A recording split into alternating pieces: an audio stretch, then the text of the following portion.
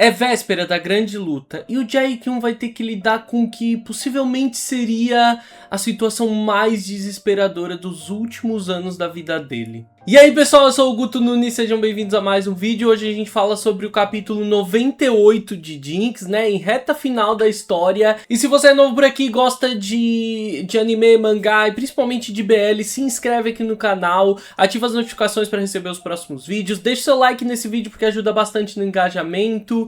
E claro, né, se quiser ajudar o canal, você pode clicar no botãozinho Seja Membro aqui embaixo, ou no Valeu, ou então usar a chave Pix na caixa de descrição.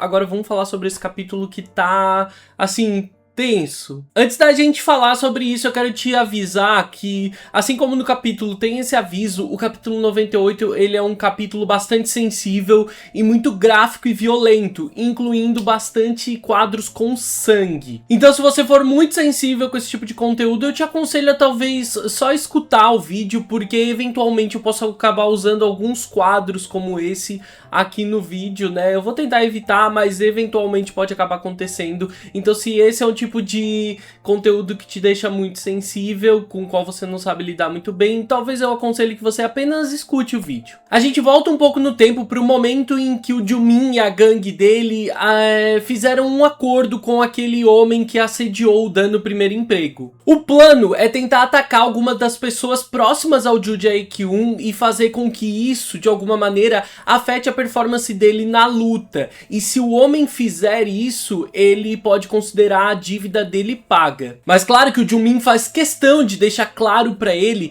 que é pra ele tomar cuidado pra não deixar nenhum tipo de rastro e que ninguém pode saber que ele foi o mandante desse crime. E que se isso acontecer, o Jumin vai fazer questão de ele mesmo estripar aquele homem. Na hora de escolher as possíveis vítimas, o homem reconhece o Dan em uma das fotos. É uma escolha fácil para ele, afinal de contas, ele pode se vingar do Dan, né, que ele considera que foi quem destruiu a vida dele, e também pode quitar essa dívida. Nesse momento que ele escolhe o Dan, então, o rosto dele se enche de uma assustadora e violenta felicidade. Então agora a história volta para o momento em que o Dan esbarra com ele no corredor quando tá chegando no apartamento. Claro, o Dan tá muito assustado, porque ele não consegue entender o que aquele homem tá fazendo ali. Sem muita cerimônia, com uma expressão cheia de maldade, aquele homem encara o Dan, e antes mesmo de que o Dan possa dizer qualquer coisa, ele é então esfaqueado, direto aqui na boca do estômago. O homem olha o Dan cair no chão sangrando muito, ele tá realizado, finalmente ele teve a vingança dele por aquele que ele considera o responsável por destruir a carreira dele. Então ele foge logo em seguida, deixando o Dan ali sangrando a própria sorte. O Dan até tenta chamar a polícia, mas ele tá tão fraco que acaba desmaiando antes mesmo de conseguir, e o Jae-kyun é a última coisa que passa pela cabeça dele antes dele perder completamente a consciência. No estacionamento, o Jae-kyun finalmente sai do carro, ele tá todo inseguro porque ele nunca comprou e deu coisas do tipo como flores, né, ou coisas do gênero, e ele tá super inseguro de como o Dan vai reagir depois de tudo que aconteceu, mas ele tá determinado a pelo menos se desculpar. Então ele vê um homem sair apressado do elevador e logo reconhece ser aquele velho que ele encontrou no restaurante. Então ele observa que a mão daquele homem tá toda ensanguentada. Ele se desespera imediatamente, o Dan. Ele corre o mais rápido que pode, né, imaginando que algo aconteceu depois de ver aquilo. E quando ele chega, ele encontra o Dan ali caído, perdendo muito sangue. Ele entra em completo choque, totalmente desesperado. O Jae-kyun pega o Dan nos braços, desesperado, implorando para que ele esteja bem, né? Tentando manter ele acordado e sem entender como aquilo pode acontecer. Como uma pessoa com um coração tão bom como o do Dan pode passar por aquilo. Imediatamente ele liga para emergência e enquanto ele faz isso, ele escuta o Dan sussurrar um pedido de desculpa com as poucas forças que restam para ele, dizendo que se desculpando porque ele não vai poder ajudar na superstição do Jae-kyun naquela noite. O lutador não acredita nesse absurdo, que se foda isso. Enquanto ele continua prometendo que vai levar o Dan ao hospital, que ele, pra fazer com que ele fique bem, o Dan fica ainda ali se lamentando por isso e dizendo que ele não quer que aquilo afete o resultado da luta dele. Em um último suspiro, antes de perder a consciência, o Dan, ele pede pro Jae-kyun que ele prometa que aquilo não vai afetar a luta e que ele vai ganhar a luta.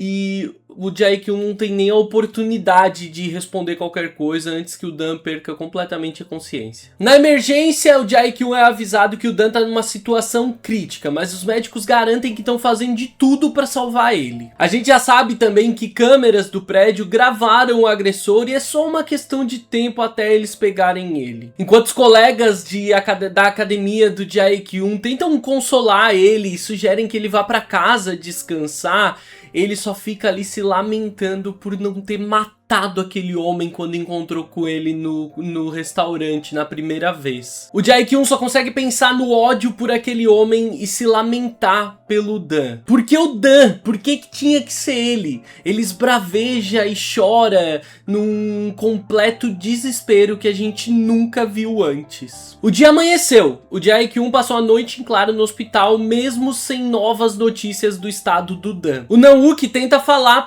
com ele. Ele entende que é difícil o Jae-kyun deixar o Dan lá, mas tá quase na hora da luta e eles deveriam ir. O Jae-kyun simplesmente não reage. O rosto exausto dele é o reflexo claro de uma noite totalmente sem dormir, provavelmente tendo virado a noite em claro, chorando, desesperado, pensando que alguma coisa possa acontecer com o Dan. Mas ele tá decidido. Ele diz que não vai dar nenhum passo daquele hospital até que o Dan acorde. Os colegas garantem que o Dan vai ficar bem em um consolo imediato, mas uma coisa que os colegas dele falam acabam mexendo diferente com o Jae-kyun. É quando um deles fala que o Dan com certeza ia querer que o Jae-kyun não perdesse aquela luta. Imediatamente então ele se lembra do Dan pedindo para ele prometer que iria vencer a luta pouco antes de perder completamente a consciência, quando ele ainda estava nos braços do Jae-kyun. O lutador então junta um pouco de força e energia que resta nele naquele momento para tentar se reerguer. Ele se levanta e mesmo com aquele medo desesperador de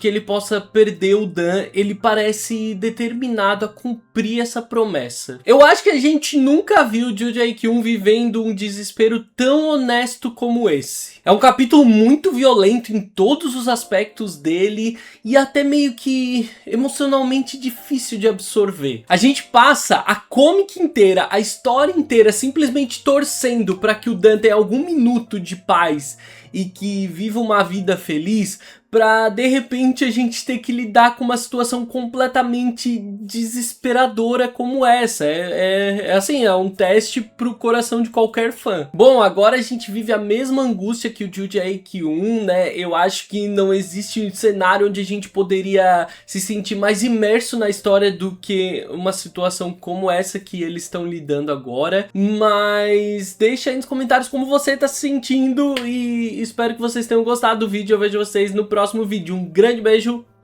Tchau, tchau.